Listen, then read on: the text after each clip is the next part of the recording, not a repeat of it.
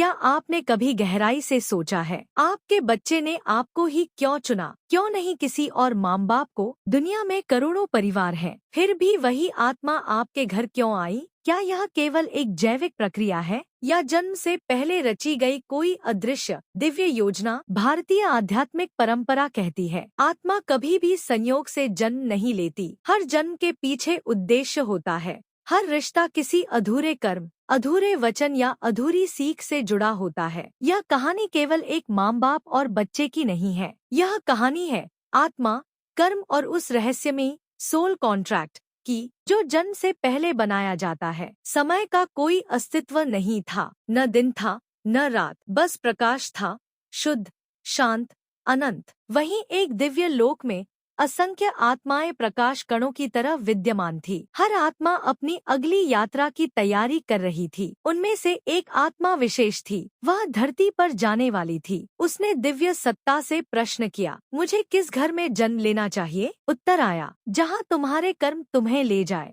जहाँ तुम्हें सीखना है और जहाँ तुम्हें सिखाना है। उस आत्मा के सामने उसके पिछले जन्मों के दृश्य खुलने लगे। कहीं उसने किसी को दुख दिया था, कहीं उसने अधूरा प्रेम छोड़ा था, कहीं वह स्वयं पीड़ा में थी। उसे समझ आया, इस बार जन्म केवल जीवन जीने के लिए नहीं होगा, बल्कि संतुलन बनाने के लिए होगा। धरती पर एक छोटा सा घर था। वहाँ एक दंपत्ति रहते थे, आरती और निखिल। वर्षों से वे संतान के लिए प्रार्थना कर रहे थे। हर मंदिर में माथा टेका, हर व्रत रखा, हर आशा को थामा। एक रात आरती रोते रोते सो गई। उसने कहा, हे ईश्वर, अगर मेरी गोद भरनी है तो ऐसी आत्मा भेजना जो मुझे माँ बनने का अर्थ समझाए। उसी क्षण स्वर्गलोक में वह आत्मा मुस्कुराई। उसने कहा, यही है वह घर, यही है वह माँ, यही है वह पिता जिन्हें मैंने चुना है। जैसा कि भगवत गीता में कहा गया है, न जायते म्रियते वा कदाचित। आत्मा न जन्म लेती है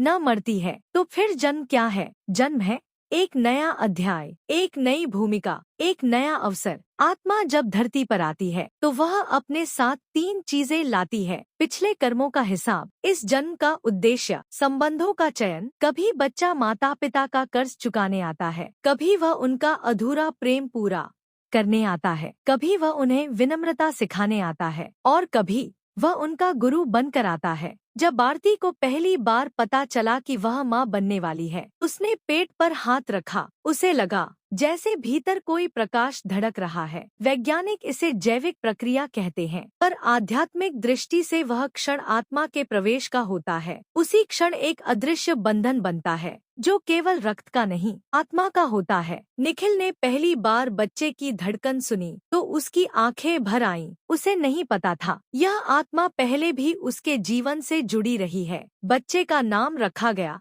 आरव। आरव बाकी बच्चों से अलग था। वह बहुत संवेदनशील था, छोटी छोटी बातों पर गहराई से सोचता था। आरती कभी कभी परेशान हो जाती, यह इतना अलग क्यों है? एक दिन आरव ने पूछा, माँ, लोग झूठ क्यों बोलते हैं? आरती चुप हो गई। उसे लगा जैसे उसका ही बच्चा उससे बड़ा सवाल पूछ रहा है। उसी दिन उसे एहसास हुआ, शायद यह आत्मा उसे सिखाने आई है। हर सोल कॉन्ट्रैक्ट आसान नहीं होता। जब आरव किशोर हुआ, उसकी सोच और अलग होने लगी। वह समाज के नियमों पर सवाल उठाता, अपना रास्ता चुनना चाहता। निखिल नाराज हो जाता, तुम हमारी बात क्यों नहीं मानते? आरव शांत स्वर में कहता, क्योंकि मुझे अपना रास्ता खुद खोजना है। एक रात आरती ने ध्यान में वही प्रकाश देखा। आत्मा बोली, माँ, मैंने तुम्हें इसलिए चुना क्योंकि तुम मुझे स्वतंत्रता दे सको, और तुम्हें इसलिए चुना क्योंकि तुम्हें मेरे माध्यम से धैर्य सीखना है। आरती रो पड़ी। उसे समझ आया, यह टकराव नहीं, यह आत्माओं की सीख है। हर बच्चा अपने साथ एक उद्देश्य लेकर आता है। कभी वह परिवार की सोच बदल देता है, कभी वह टूटे रिश्तों को जोड़ देता है, कभी वह माता पिता को आध्यात्मिक बना देता है, कभी वह थोड़े समय के लिए आता है पर गहरी छाप छोड़ जाता है क्योंकि उसका अनुबंध छोटा था, और कभी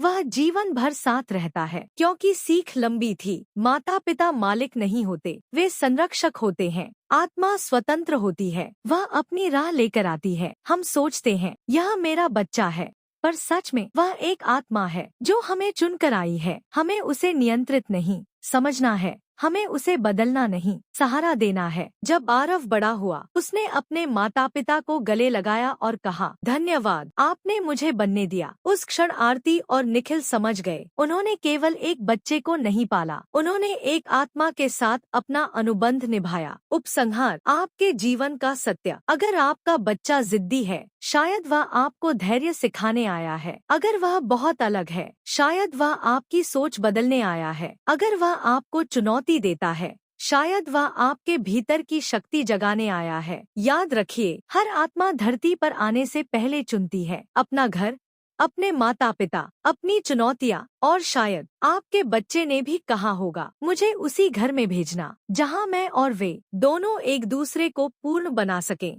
यह कहानी केवल कल्पना नहीं, बल्कि एक आध्यात्मिक दृष्टिकोण है। विज्ञान अपने उत्तर देगा, पर हृदय कहता है, कोई भी रिश्ता यूं ही नहीं बनता। इसलिए अगली बार जब आप अपने बच्चे को देखें, उसे केवल संतान न समझें, उसे एक आत्मा समझें जो आपको चुनकर आई है।